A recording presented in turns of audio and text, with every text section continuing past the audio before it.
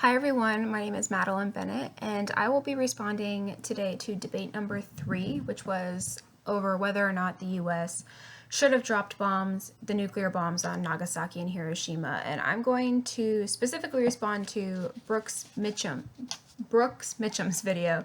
And Brooks argued that the U.S. was correct to drop the nuclear bombs on Nagasaki and Hiroshima. So Brooks argued that he stated that many people argue against the bombs with regards to civilian deaths. And so Brooks argued that civilian deaths are just an unfortunate consequence of military action. It's just a normal part of war, and that targeting the atomic bombs in this instance is unfair because it happens in all instances of war. And going along with this, he sort of refutes the notion that the bomb specifically targeted civilian centers, that they were actually military targets, and that they intentionally did not target other cities that were purely civilian centers and had no military importance. And so I will give credit where credit is due, that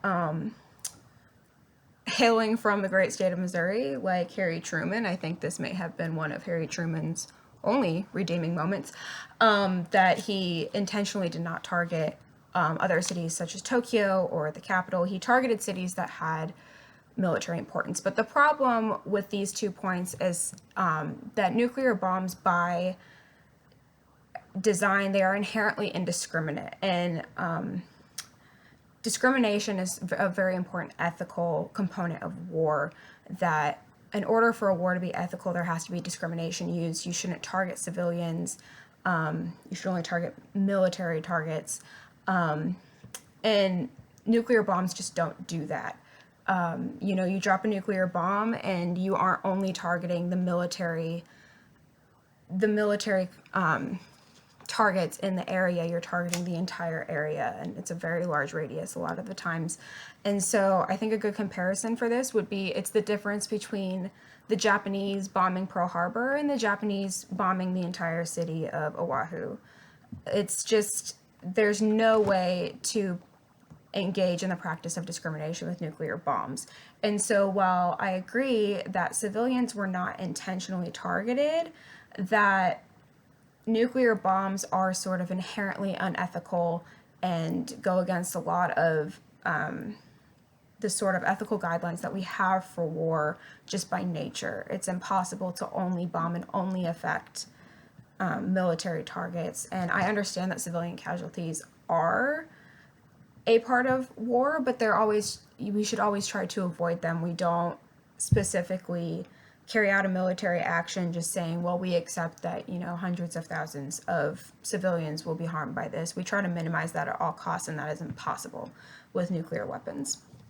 And so his next argument centered on radiation, that while a lot of people speak to the harmful long-term effects of radiation, especially on the civilian population, Brooks argues that we didn't have the information available at the time. And he cites that there were military personnel wanting to march into the cities immediately after. People were taking radioactive pieces of glass and turning them into jewelry.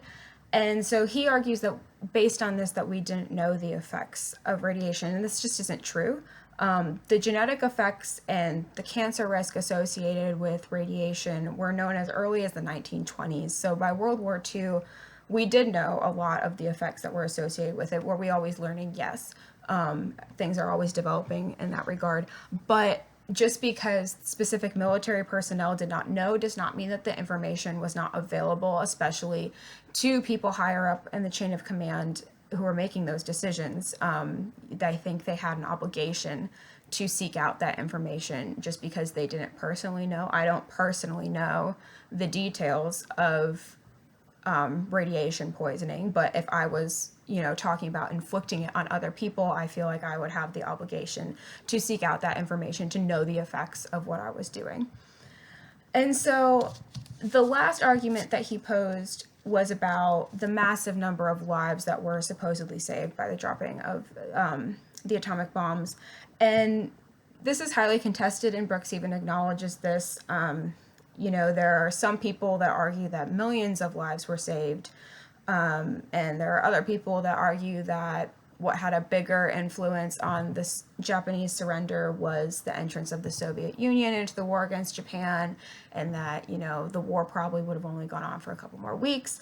And I think this is kind of a moot point because it's, for one, impossible to know for sure. You know, you're engaging in hypotheticals and what ifs, and there's always going to be debate surrounding this. No one's ever going to agree because it didn't actually happen. We don't have those facts to know. And also, it's kind of irrelevant because, as I stated earlier, the dropping of the bombs is in a lot of ways inherently unethical. And if it were done today, it would probably be a war crime. I know a lot of the conventions and international agreements didn't happen until after World War II, but a lot of that was spurred by, you know, both actions on both sides, including the dropping of the nuclear bomb. You know, World War II was a very devastating war, and it was a very bloody and in a lot of ways unethical war on both sides. And so that's why we created a lot of those international agreements after the fact. And I think it's inaccurate to ignore the U.S.'s role in that, and the U.S. dropping the bombs playing a really vital role in that, just because we won the war and just because it did have the intended effect. Just because something makes strategic sense doesn't mean that it's ethical to do. So I just want to close out by saying that, Brooks, I really respect your argument and I enjoyed watching your video. And thanks for watching.